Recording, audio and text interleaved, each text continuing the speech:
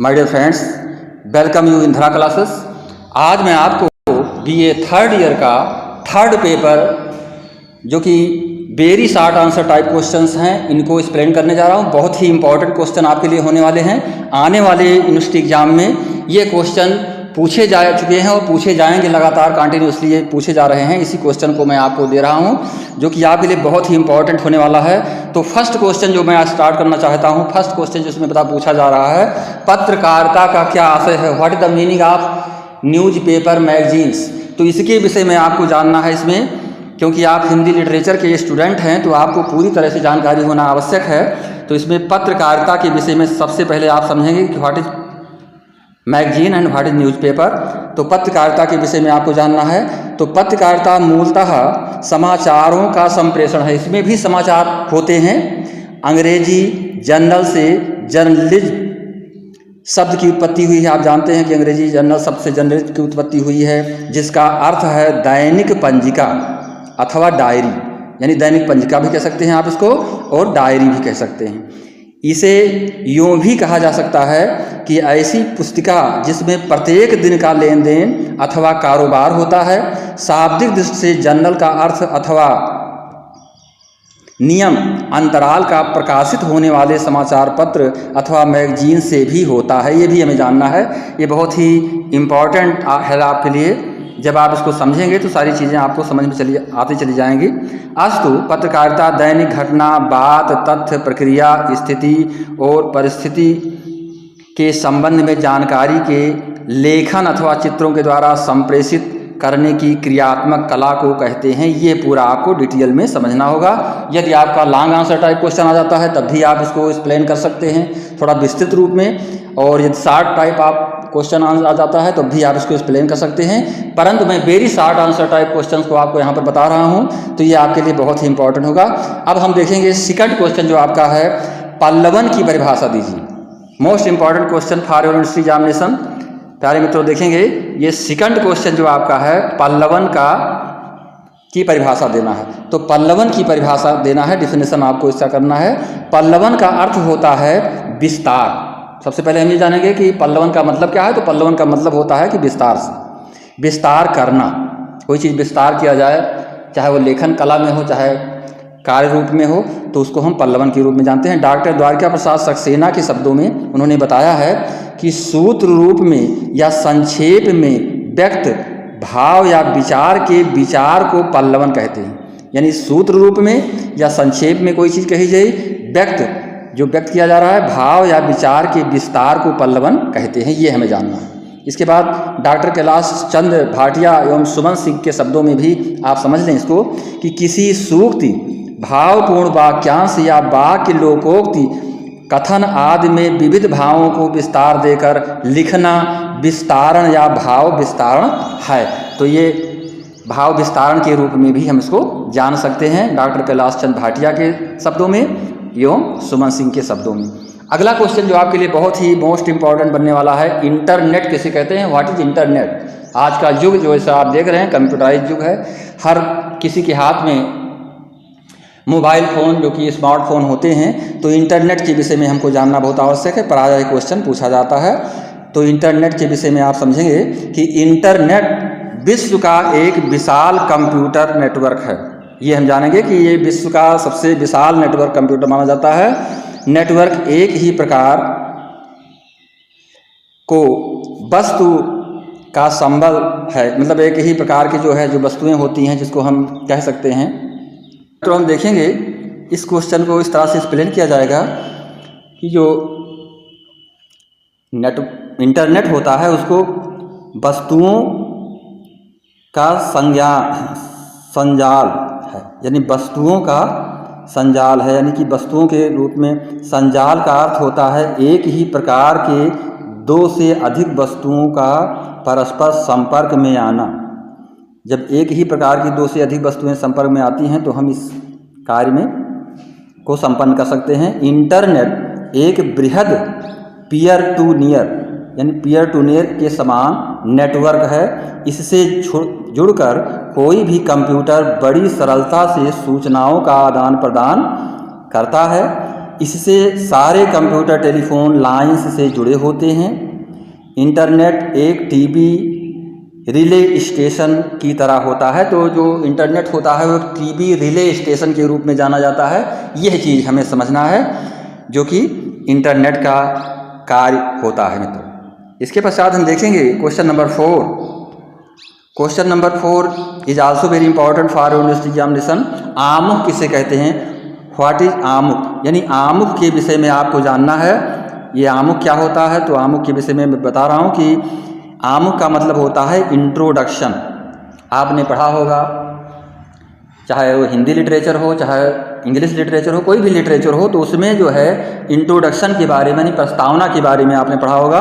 तो आमुख किसे कहते हैं? आमुख को इंग्लिश में इंट्रोडक्शन कहते हैं का संक्षिप्त रूप, यानी इंट्रोडक्शन का ही एक संक्षिप्त रूप होता है। हिंदी में इसे आमुख या मुखड़ा कहते हैं। इसको हम हिंदी में क्या कह सकते हैं? आमुख या मुखड़ा के रूप में। संवाद का पहला अनुच्छेद जिसमें संवाद का सार सर्वस्व निहित हो आमुख होता है। ये हमें जानना है। प्यारे मित्रों, मैं चाहूँगा कि आप वीडियो को पूरी तरह से देखेंगे तथा अपने फ्रेंड्स के बीच में इसको अवश्य शेयर करेंगे तथा कमेंट के रूप में जो भी प्रतिक्रिया आपको, जो भी चीज़ें समझ में नहीं आ रही हैं, उसको आप हम तक अवश्य प्रेषित करेंगे, जिससे कि मैं आपको अगले वीडियो में वो चीज़ें प्रदान कर पाऊँ। तो अगला क्वेश्चन जो आपका बन रहा है इसमें क्वेश्चन नंबर 5, कार्यालय आदेश का आशय स्पष्ट कीजिए। यानी कार्यालय आदेश का आपको आशय बताना है। यह क्वेश्चन भी प्रायः सभी यूनिवर्सिटियों में पूछा जाने वाला प्रश्न है। तो इसको भी हमको समझना है कि कार्यालय आदेश का आशय स्पष्ट करना है। ये आप समझेंगे। कार्यालय आदेश किसी भी मंत्रालय या कार्यालय के कर्मचारियों के लिए समय समय पर निकाले गए आदेशों की सूचना है। जो भी कार्यालय आदेश का तात्पर्य होता है कि समय समय पर जो भी सूचनाएं हम देते हैं वो कार्यालय से ही संबंध रखती हैं। तो समय समय पर निकाले गए आदेशों की सूचना है जो कार्यालय आदेश होता है। इसमें ऐसी सूचना होती है जिसके संबंध किसी कार्यालय के एक या अनेक कर्मचारियों से होता है।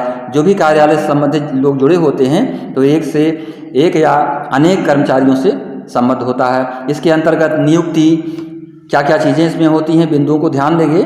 नियुक्ति, छुट्टियों की स्वीकृति तथा पदोन्नति आदि की सूचनाएं दी जाती हैं कार्यालय आदेश के रूप में। कार्यालय द्वारा बनाए गए सामान्य नियमों की सूचना भी इसके द्वारा दी जाती है। ये भी हमें जानना है। इस प्रकार के पत्र की रचना सरल होती है। ऊपर पत्र संख्या, कार्यालय का नाम, दिनांक दिए जाते हैं। वाक्यों की रचना उत्तम पुरुष में होती है। ये हमें जानना है कि जो हम वाक्य की रचना करेंगे वो हम उत्तम पुरुष में करेंगे। उत्तम पुरुष का मतलब होता है जो सेकंड पर्सन हिंदी का, इंग्लिश का हम प्रयोग करते हैं यू, यानी कि तुम के लिए। प्यारे मित्रों, हम ध्यान देंगे तो इसमें हमेशा जो भी आदेश होते हैं वो सेकंड पर्सन के लिए होते हैं। वाक्यों की रचना उत्तम पुरुष में होती है। ये हमें जानना है। इसके पश्चात देखेंगे नीचे दाहिनी ओर अधिकारी के हस्ताक्षर पद सहित उल्लिखित रहते हैं। जो भी अधिकारी कार्यालय से संबंधित होते हैं उनके हस्ताक्षर दाहिनी तरफ में होते हैं। स्वनिर्देश के लिए कोई भी शब्द नहीं रहता है। बाईं ओर उन व्यक्तियों का नाम उल्लेख रहता है जिनके लिए आदेश जारी किया गया है। ये हमें जानना है। जो वो आदेश पंजिका होती है उस आदेश पंजिका पर बाएं साइड में उन कर्मचारियों के बारे में होता है जिनके विषय में आदेश जारी किया जाता है। ये समझना है मित्रों। इसके पश्चात देखेंगे क्वेश्चन नंबर 6, पारिभाषिक शब्द यानी पारिभाषिक शब्द। पारिभाषिक शब्द के विषय में आपको जानना है कि पारिभाषिक शब्द क्या होते हैं।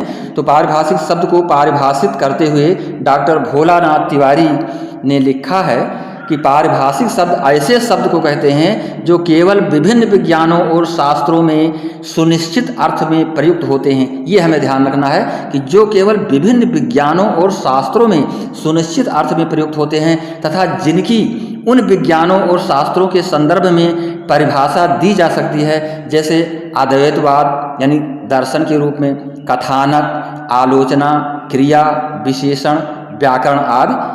चूँकि इस प्रकार के शब्दों की परिभाषा दी जा सकती है इसलिए इन्हें पारिभाषिक शब्द कहते हैं। अब आपको समझ में आ गया होगा कि पारिभाषिक शब्द का मूलतः मतलब क्या होता है। कुछ पारिभाषिक शब्द इस प्रकार हैं, जैसे इंग्लिश में हम कहेंगे appeal, dismissed, articles, budget, cabinet, coder यानी कि कॉन्स्टिट्यूशन और डिफेक्टो, इस तरह से जो इंग्लिश के वर्ड हैं ये भी हमारे पारिभाषिक शब्द के रूप में जाने जा सकते हैं। अब हम अगले क्वेश्चन की ओर बढ़ रहे हैं। पृष्ठांकन का आशय स्पष्ट कीजिए। पृष्ठांकन किसे कहते हैं? पृष्ठांकन का आपको आशय स्पष्ट करना है मित्रों। तो इसको आप बहुत ही सरल ढंग से समझते हुए आगे बढ़ेंगे।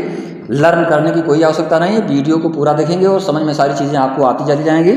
तो पृष्ठांकन का आशय आपको समझना है। व्हाट इज पृष्ठांकन, यानी पृष्ठांकन के आशय को समझना है। जब किसी पत्र की प्रतिलिपि को किसी अन्य अधिकारी अथवा अधिकारियों के पास सूचना अथवा आवश्यक कार्यवाही के लिए भेजना होता है तब पृष्ठांकन की आवश्यकता होती है। अब आपको समझ में आ गई होगी बात कि पृष्ठांकन की आवश्यकता कब पड़ती है। तो हम पुनः देख लें कि जब किसी पत्र की प्रतिलिपि को किसी अन्य अधिकारी अथवा अधिकारियों के पास सूचना अथवा आवश्यक कार्यवाही के लिए भेजना होता है तब पृष्ठांकन की आवश्यकता होती है, तभी इसकी जरूरत पड़ती है। अगला क्वेश्चन देखेंगे, क्वेश्चन नंबर 8। समाचार पत्रों की प्रमुख विशेषताएं बताइए। यानी समाचार पत्र की प्रमुख विशेषता क्या होती है, इसको आपको एक्सप्लेन करना है। Very short answer type question में, जो कि इस बार पूरी संभावना है कि ये क्वेश्चन पूछा जा सकता है। समाचार पत्रों की प्रमुख विशेषताएं, तो इसमें आप देखेंगे समाचार पत्र का आमुख आकर्षक होना चाहिए। आमुख का मतलब जो उसका ऊपरी भाग हो, इसको हम थंबनेल भी कह सकते हैं। तो जो ऊपरी भाग होता है उसको कैसा होना चाहिए? अट्रैक्टिव होना चाहिए, आकर्षक होनी चाहिए, तभी पाठक उसको पढ़ने के लिए उत्सुक हो सकता है। तथा इसकी सामग्री गुणवत्तापूर्ण एवं विश्वसनीय होनी चाहिए। दूसरा बिंदु हमको ये जानना है कि जो इसकी सामग्री हो वो कैसी होनी चाहिए? गुणवत्तापूर्ण होनी चाहिए एवं विश्वसनीय होनी चाहिए। उस पर विश्वास पाठक का टिकना चाहिए। ऐसी भी अनाप शनाप चीज़ों के बारे में ना एक्सप्लेन कर देना चाहिए कि जो पाठक को विश्वास ही न पड़े। तो ये हमें ध्यान रखना है। अगला बिंदु आपको जानना है कि संपादकीय पर प्रबुद्ध वर्ग का विशेष ध्यान रहता है, इसलिए इसे तथ्यपूर्ण एवं प्रमाणिक बनाए रखने का प्रयास करना चाहिए। जो भी समाचार पत्र होते हैं उन पर जो संपादक होते हैं उनको ये विशेष ध्यान रखना चाहिए कि जो भी इसके पाठक होते हैं वो एक उस तथ्य को प्रमाणिकता के साथ पेश करें कि जिससे पाठक को किसी भी प्रकार से इसमें कन्फ्यूजन ना उत्पन्न हो, वो इस पर विश्वास पूरी तरह से टिका पावें। अगला क्वेश्चन जो आपका है, सरकारी पत्र किसे कहते हैं? What is government letter. तो सरकारी पत्र के विषय में आप समझेंगे कि सरकारी पत्र किसे कहते हैं। सरकारी पत्र के बारे में आपको जानना है। तो ये देखेंगे, राष्ट्र के कार्य को सुचारू रूप से चलाने के लिए एक सुसंगठित सरकार की आवश्यकता होती है। मोस्ट इम्पॉर्टेंट लाइन, पहले आपको ये समझना है कि किसी भी राष्ट्र को चलाने के लिए, उसके कार्य को संचालित करने के लिए एक सुसंगठित सरकार की आवश्यकता होती है। जब तक सुसंगठित सरकार नहीं होगी तब तक हम राष्ट्र को अच्छे ढंग से चला नहीं पाते हैं। यह सरकार कार्य संचालन की सुविधा के लिए अनेक कार्यालय खोलती है। यानी अपने कार्य के संचालन के लिए ये जो सरकार होती है वो अन्य जगहों पर क्या खोलती है? कार्यालयों को खोलती है। ये कार्यालय देश के कोने कोने में एक छोर से दूसरे छोर तक फैले होते हैं, ये हमें समझना है। इन सब का आपसी संबंध पत्रों द्वारा स्थापित होता है। शासकीय कर्मचारियों अथवा प्राधिकारियों द्वारा एक कार्यालय या विभाग से दूसरे कार्यालय अथवा विभाग को लिखे गए पत्र शासकीय अथवा सरकारी पत्र कहलाते हैं। जैसे एक कार्यालय से दूसरे कार्यालय में, एक विभाग से दूसरे विभाग में किसी कार्यालय से जो पत्र लिखे जाते हैं वो ही जो है सरकारी पत्र कहे जाते हैं। तो ये हमें समझना है। इसके पश्चात हम बढ़ रहे हैं क्वेश्चन नंबर 10 की ओर। ये क्वेश्चन नंबर 10 में आपसे पूछा जा रहा है समाचार प्राप्ति के प्रमुख स्रोत बताइए। यानी कि जो साधन होते हैं समाचार प्राप्ति के प्रमुख स्रोत के विषय में आपको बताना है, एक्सप्लेन करना है। तो समाचार प्राप्ति के मुख्यतः 3 स्रोत हैं। मुख्यतः 3 स्रोतों के अंतर्गत जो है समाचार को हम प्राप्त कर सकते हैं। तो पहला है प्रत्याशित स्रोत, ये पहला नंबर जो आपका आएगा प्रत्याशित स्रोत। दूसरा है पूर्वानुमानित स्रोत और तीसरा बिंदु आपका है अप्रत्याशित स्रोत। ये 3 प्रकार के स्रोतों को आपको लिखना होगा।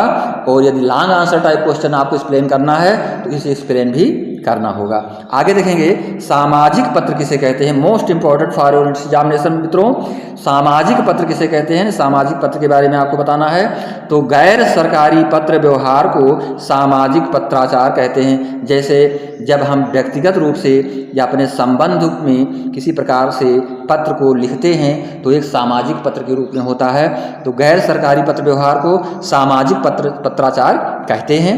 इसके अंतर्गत के वह पत्र आदि आते हैं जिन्हें लोग अपने दैनिक जीवन के व्यवहार में लाते हैं। इस प्रकार के पत्रों में के अनेक रूप प्रचलित हैं। जैसे संबंधियों के पत्र, पहले बिंदु में आप देखेंगे कि अपने संबंधियों में पत्र लिखा जाता है, संबंधियों के पत्र।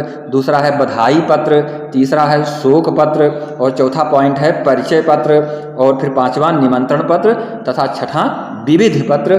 तो ये हमें अवश्य जानना चाहिए। हाँ तो मित्रों देखेंगे सामाजिक पत्र किसे कहते हैं, गैर सरकारी पत्र व्यवहार को सामाजिक पत्राचार कहते हैं। इसके अंतर्गत वह पत्र आदि आते हैं जिन्हें लोग अपने दैनिक जीवन के व्यवहार में लाते हैं। इस प्रकार के पत्रों के अनेक रूप प्रचलित हैं। जैसे संबंधियों के पत्र, बधाई पत्र, शोक, परिचय पत्र, निमंत्रण पत्र, विविध पत्र आदि। अगला क्वेश्चन आपका है प्रयोजन मूलक भाषा किसे कहते हैं। तो भाषा को लोग पढ़ते, लिखते और समझते हैं, लेकिन जब किसी प्रयोजन विशेष के लिए किसी भाषा का प्रयोग किया जाता है तो भाषा के इस प्रायोगिक रूप को प्रयोजन मूलक भाषा कहते हैं। तो ये हमें जानना है। इसके पश्चात देखेंगे सॉफ्टवेयर। सॉफ्टवेयर कितने प्रकार का होता है ये हमें समझना है। तो सॉफ्टवेयर 3 प्रकार का होता है। पहला है एप्लीकेशन सॉफ्टवेयर, दूसरा है सिस्टम सॉफ्टवेयर, तीसरा है फर्मवेयर। तो 3 प्रकार के सॉफ्टवेयर होते हैं। इसके पश्चात क्वेश्चन नंबर 14, बैटिंग के कितने रूप होते हैं। तो बैटिंग के 4 रूप होते हैं निम्नलिखित जो बताए जा रहे हैं नीचे देखेंगे। प्रारूप का पुनरीक्षण, पाठ का पुनरीक्षण, शोध विषय का पुनरीक्षण, प्रक्रिया का पुनरीक्षण। तो इस तरह से हम इसको 4 प्रकार से समझ सकते हैं। इसके पश्चात देखेंगे अगला क्वेश्चन आपका है शीर्षक के 2 प्रकार का उल्लेख कीजिए। यानी शीर्षक के 2 प्रकार आपको बताने हैं। तो इसमें है गगन रेखा शीर्षक पहला, दूसरा है बैनर शीर्षक। इस तरह से क्वेश्चन नंबर 16 देखेंगे मल्टीमीडिया का अर्थ बताइए। तो इसमें जो है टेक्स्टेड और डाटा, चित्र, एनिमेशन, ऑडियो एवं वीडियो के समन्वय का नाम मल्टीमीडिया है। ये सारी चीज़ें हमें जानना है। इसके पश्चात क्वेश्चन नंबर 17 पत्रकारिता के उद्देश्य के बारे में क्वेश्चन किया जा रहा है। पत्रकारिता के उद्देश्य बताइए। तो पत्रकारिता के उद्देश्य के विषय में देखेंगे कि पत्रकारिता में जन सेवा को विशेष महत्व दिया गया है। यानी पत्रकारिता में किसको महत्व दिया गया, ज़्यादा जन सेवा को महत्व दिया गया है। महात्मा गांधी ने कहा है कि मानव सेवा ही पत्रकारिता का एकमात्र उद्देश्य है। पत्रकारिता का प्रमुख उद्देश्य है संपूर्ण समाज में नव संचार, सजीवता, जागरण, नव स्फूर्ति, सक्रियता और गतिमयता के संदेश का प्रचार और प्रसार करना। प्रेस ट्रस्ट ऑफ इंडिया नई दिल्ली के भवन शिलान्यास के अवसर पर तत्कालीन प्रधानमंत्री स्वर्गीय श्रीमती इंदिरा गांधी ने कहा था, पत्रकारिता एक उद्योग से कहीं ज़्यादा जनसेवा है। इसका परम उद्देश्य खबरों को एकत्र करना, उन्हें छापना और प्रसारित करना। ये किसने कहा था प्यारे मित्रों, ये हम समझेंगे कि इसको किसने कहा था। तो इसको जो है श्रीमती इंदिरा गांधी ने इस बात को कही थी।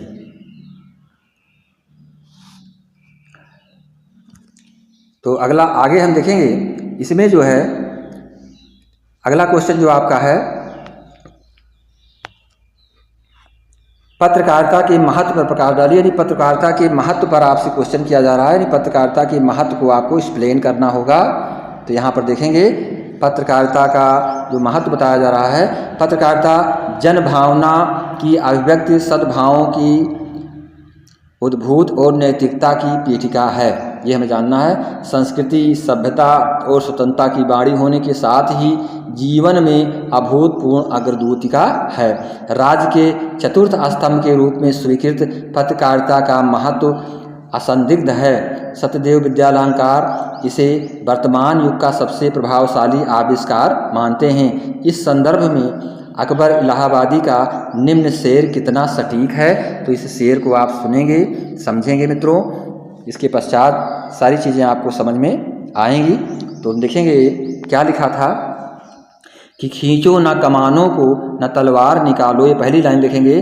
जब तोप मुकाबिल हो तो अखबार निकालो। इन्होंने बहुत ही अच्छे ढंग से स्पष्ट रूप से अखबार के विषय में बताया है, उसकी इम्पोर्टेंस को बताया है। इसके बाद देखेंगे प्रयोजन मूलक हिंदी के उद्देश्य बताइए। प्रयोजन मूलक हिंदी के उद्देश्य को आपको एक्सप्लेन करना है। प्रयोजन मूलक हिंदी की नवीनतम उद्देश्य परक विधा है। इसके माध्यम से पत्राचार, भाषा, कंप्यूटिंग, पत्रकारिता, संपादन कला, मीडिया लेखन तथा अनुवाद आदि के विविध क्षेत्रों का परिज्ञान विद्यार्थी को कराया जाता है, ये हमें जानना है। इसका ज्ञान प्राप्त करने के उपरांत व्यक्ति विभिन्न प्रयोजनों की सिद्धि में समर्थ हो जाता है, ये जानना है। उसके बाद क्वेश्चन नंबर 20 देखेंगे। संक्षेपण की परिभाषा देते हुए उसकी प्रमुख 4 विशेषताएं बताइए। यानी संक्षेपण की परिभाषा भी आपसे पूछा जा रहा है और 4 विशेषताओं को भी पूछा जा रहा है। तो ये हमें इस तरह से लिखना होगा मित्रों। जैसे कि संक्षेपण की परिभाषा समझेंगे। डॉक्टर महेंद्र चतुर्वेदी के शब्दों में संक्षेपण किसी अवतरण अथवा किसी प्रपत्र अथवा किसी एक विषय पर लिखे गए अनेक प्रपत्रों या पत्रों आदि के सार तत्व अथवा मूल विषय को कम से कम शब्दों में प्रस्तुत करने की कला है, ये हमें जानना है। इसके प्रमुख 4 विशेषताएं हैं। पहली विशेषता है मूल का सार, और दूसरा है क्रमबद्धता, और तीसरा पॉइंट है संक्षिप्तता, और चौथा है अस्पष्टता। इसके बाद देखेंगे कंप्यूटर किसे कहते हैं। व्हाट इज़ कंप्यूटर, कंप्यूटर क्या है, तो इसके विषय में आपको लिखना होगा। तो कंप्यूटर किसे कहते हैं, ये क्वेश्चन आपके लिए बहुत ही इम्पॉर्टेंट है आज के संदर्भ में। तो प्रायः पूछा भी जाता है सभी यूनिवर्सिटियों में। तो इसको देखेंगे। कंप्यूटर शब्द कंप्यूट से बना है। किससे बना हुआ है, कंप्यूट से। कंप्यूट का आशय है गणना करना। इस प्रकार कंप्यूटर गणना के लिए किया गया एक ऐसा आविष्कार है जो तीव्र गति से गणितीय गणना कर देता है, यह जानना है। कंप्यूटर को इस प्रकार से परिभाषित किया जा सकता है। कंप्यूटर एक ऐसी मशीन है जो सूचनाओं अथवा डाटा के आधार पर कार्य करती है, ये जानना है। कंप्यूटर संकलित सूचनाओं की क्रमबद्ध जानकारी देता है, इसलिए अब कंप्यूटर को डाटा प्रोफेसर भी कहा जाने लगा है। क्या कहा जाने लगा है, डाटा प्रोफेसर के रूप में जानते हैं इसको। कंप्यूटर डाटा यानी सूचना संकलित करके पुनः उसे क्रमबद्ध तरीके से सहज ही प्रस्तुत कर देता है, और यह सही सूचनाओं को छापकर क्रमबद्ध रूप में उपस्थित भी कर सकता है। कंप्यूटर का वास्तव में गणित से कोई विशेष संबंध नहीं है, फिर भी गणित से जुड़े होने के कारण इसका कंप्यूटर नाम ही सर्वसामान्य में प्रचलित हो गया है। यानी सब जगह जो है इसको हम जो है सर्वसामान्य के रूप में कंप्यूटर के नाम से ही इसको जान रहे हैं। अगला देखेंगे क्वेश्चन, पत्र लेखन की विशेषताएं लिखिए। तो पत्र लेखन की विशेषताओं के बारे में आपसे क्वेश्चन किया जा रहा है। इसमें इसकी प्रमुख विशेषताएं 3 ही हैं। पहला है अस्पष्टता, पत्र कैसा होना चाहिए, बहुत ही स्पष्ट होना चाहिए। सहजता दूसरा बिंदु है, और तीसरा है एकान्विति की, और चौथा पॉइंट आपका है यथार्थता, और 5वां है संक्षिप्तता, और 6वां है स्वतः पूर्णता, और 7वां है शालीनता, और 8वां है प्रभावात्मकता, तथा 9वां है मौलिकता।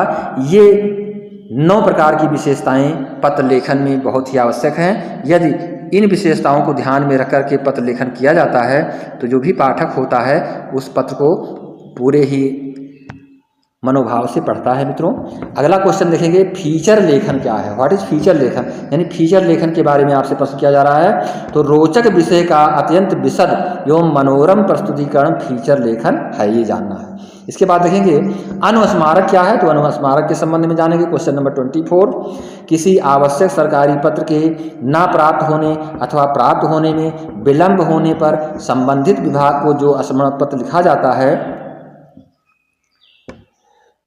लिखा जाता है उसे अनुस्मारक कहते हैं। मित्रों ये हमें जानना है। अनुस्मारक तार, टेलीफोन अथवा द्रुतगामी पत्र द्वारा भी भेजा जा सकता है, ये समझना है। इसके बाद 25 नंबर क्वेश्चन देखेंगे, टिप्पणी और टिप्पण में अंतर बताना है आपको। यानी टिप्पणी शब्द जो है और टिप्पण शब्द में दोनों में अंतर स्पष्ट करना है। तो टिप्पण का नाम लेते ही टिप्पणी का स्मरण होना आवश्यक ही है। यानी टिप्पण जैसे कहा जाता है तो टिप्पणी लोगों के स्मरण में प्राय आ जाती हैं। लोग भ्रमवश टिप्पणी और टिप्पण को एक ही मान लेते हैं, ये जानना है। जबकि इन दोनों में पर्याप्त अंतर है। अंतर को आपको समझते हुए आगे बढ़ना है। टिप्पणी वह अभियुक्ति है जो किसी भी तरह से किसी भी विचाराधीन पत्र के निस्तारण के लिए लिखी जाती है, और टिप्पण का प्रयोग टिप्पणी लिखने की प्रक्रिया के लिए होता है। ये आपको ये जानना है कि टिप्पण जो है वो टिप्पणी लिखने की एक प्रक्रिया है, ये समझना है। अर्थात टिप्पण लिखने की कला या प्रक्रिया का नाम है। डॉक्टर ईश्वर दत्त सील के अनुसार हम देखेंगे, इन्होंने लिखा है कि जिस प्रकार संक्षेपण करने की कला संक्षेपण, विस्तार करने की कला विस्तारण कहलाती है, उसी प्रकार टिप्पणी लेखन की कला टिप्पण है, ये जानना है। इसे यूँ भी कहा जा सकता है टिप्पण प्रक्रिया है, टिप्पणी उसका प्रतिफलित रूप है।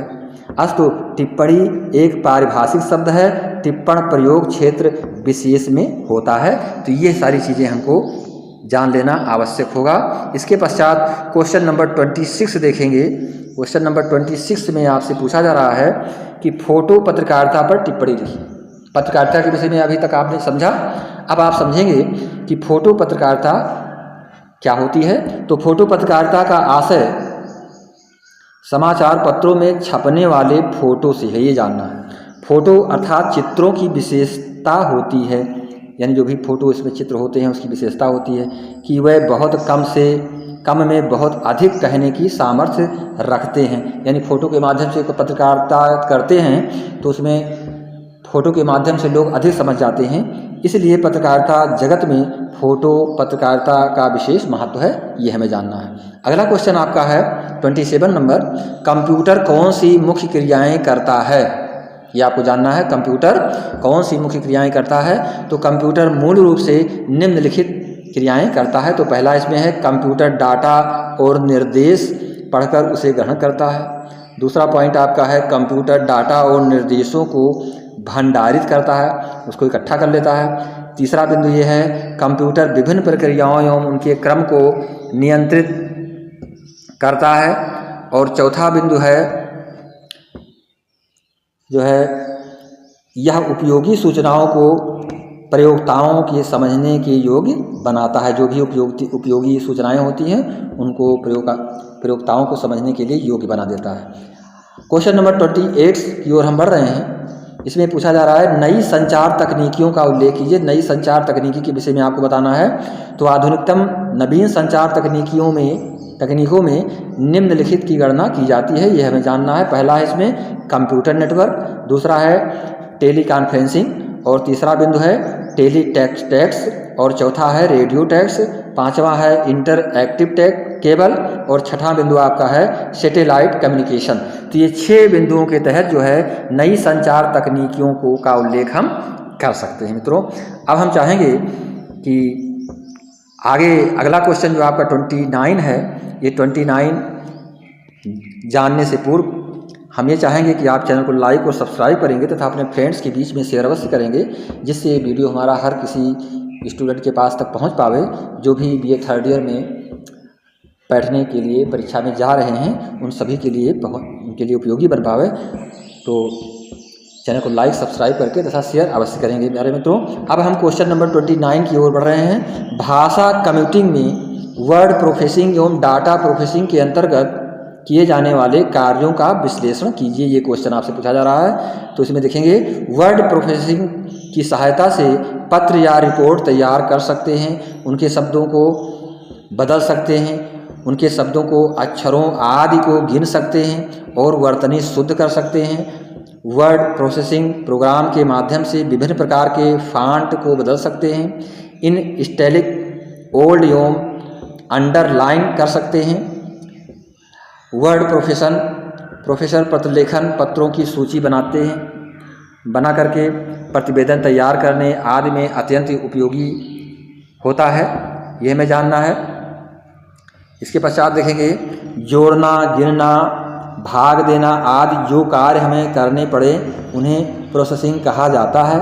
प्रोसेसिंग के अंतर्गत सारी चीज़ें आती हैं। डाटा से सूचना निकालने के लिए हमें बहुत सी क्रियाएं करनी पड़ती हैं, उन सब क्रियाओं को डाटा प्रोसेसिंग कहते हैं, ये जानना है। डाटा प्रोसेसिंग हम कागज़ कलम लेकर हाथ से भी कर सकते हैं। परंतु आजकल हम यह काम कंप्यूटर की सहायता से करते हैं। यह जानने और समझने योग्य तथ्य हैं जिसको हमें समझना चाहिए। अगला क्वेश्चन जो आपका है क्वेश्चन नंबर 30, इसमें देखेंगे कंप्यूटर की विशेषताएं लिखिए, यानी कंप्यूटर की विशेषता के विषय में प्रश्न किया जा रहा है। तो कंप्यूटर की सामान्यता विशेषताएं निम्नलिखित हैं जिसको आपको जानना है। पहला पॉइंट इसमें है कंप्यूटर बहुत तीव्र गति से कार्य करने वाली मशीन है, पहला बिंदु। दूसरा है कंप्यूटर की काम करने की जो है परिशुद्धता उच्च कोटि की होती है, ये हमें जानना है। उच्च कोटि की इस परिशुद्धता इसमें पाई जाती है। तीसरा है बहुमुखी प्रतिभा कंप्यूटर की विलक्षण क्षमता होती है। फिर इसके बाद चौथा पॉइंट है कंप्यूटर में स्मरण शक्ति अत्यंत तीव्र होती है। पांचवा बिंदु है कंप्यूटर एक मशीन होने के कारण संवेगहीन होता है, ये हमें जानना है।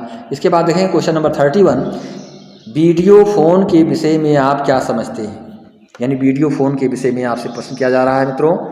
तो ये बहुत ही इंपॉर्टेंट क्वेश्चन आपके लिए है।